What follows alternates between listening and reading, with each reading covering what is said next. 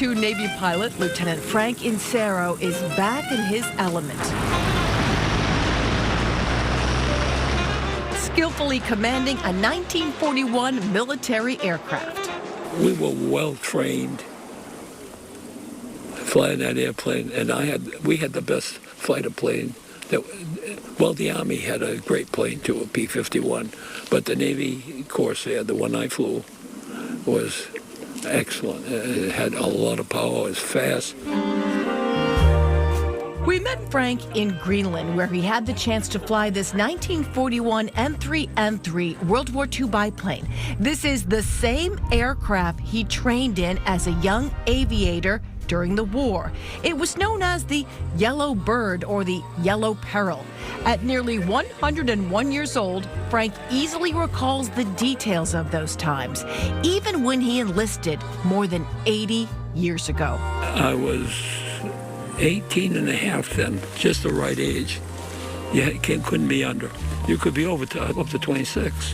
When I started, we didn't even have uniforms. We weren't prepared for war. And we had Coca-Cola uniforms. Flight coveralls had pockets everywhere, which is great. You had a place to put a sandwich maybe, or cigarettes, handkerchief, comb. Yet this leather bomber jacket, the same one he wore during World War II.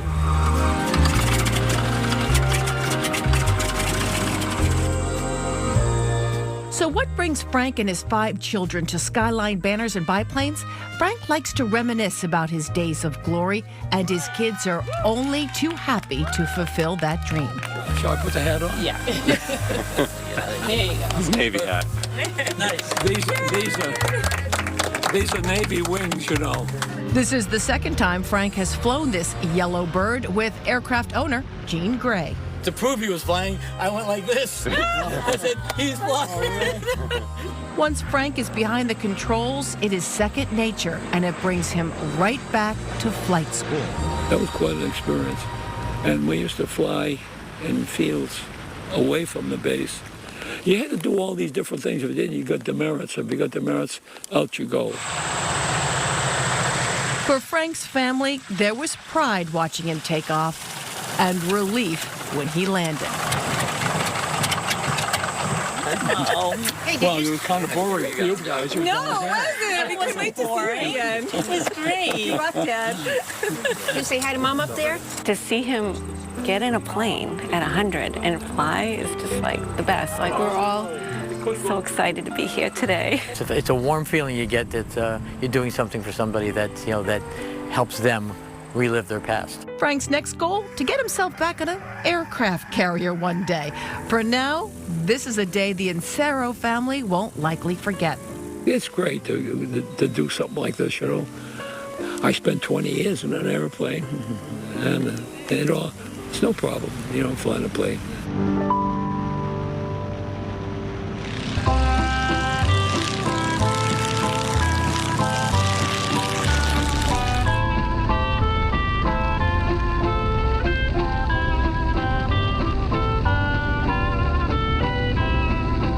From the Navy to the Army, this is a restored 1942 Fairchild PT-23, used to train Army Air Corps cadets during World War II.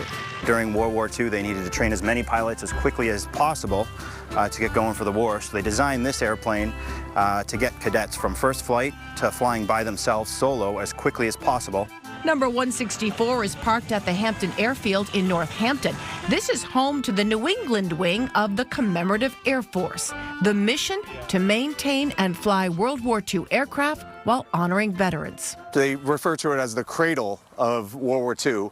This was basically the initial trainer for almost every fighter pilot that came along during the initial parts of the war. Captains Paul Johnson and Troy DiGiovanni are commercial pilots and members of the Commemorative Air Force. The New England wing of the CAF was co-founded by the late Andrew Travanak of Hampton. He flew World War II aircraft in air shows. Travanak was killed when his vintage aircraft crashed in Pennsylvania in 2021. Travanak co-founded the wing with Nick Infantino, who was in high school at the time. They love aviation, they love airplanes, they love working on them, they love flying them, and they just love the living history side of it as well. The Fairchild was designed to get cadets flying solo as rapidly and efficiently as possible. The goal of the CAF is to educate and inspire folks about this piece of living history by letting them experience it for themselves. This would be your first flight. All right. You know, by the end of the day, hopefully you'll be ready to solo and you can take it up by yourself. No problem. No problem, right?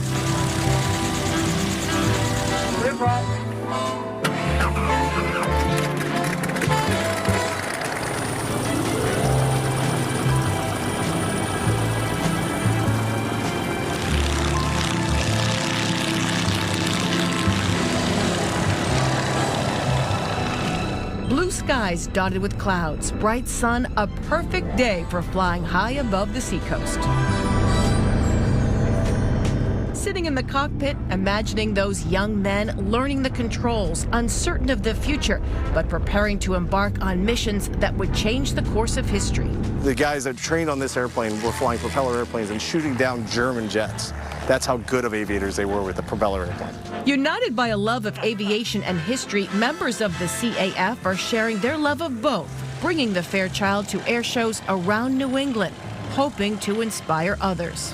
It is a sense of history, but it's a sense of freedom with the open cockpit, and it's a sense of stepping back in time and just understanding the basics of flying.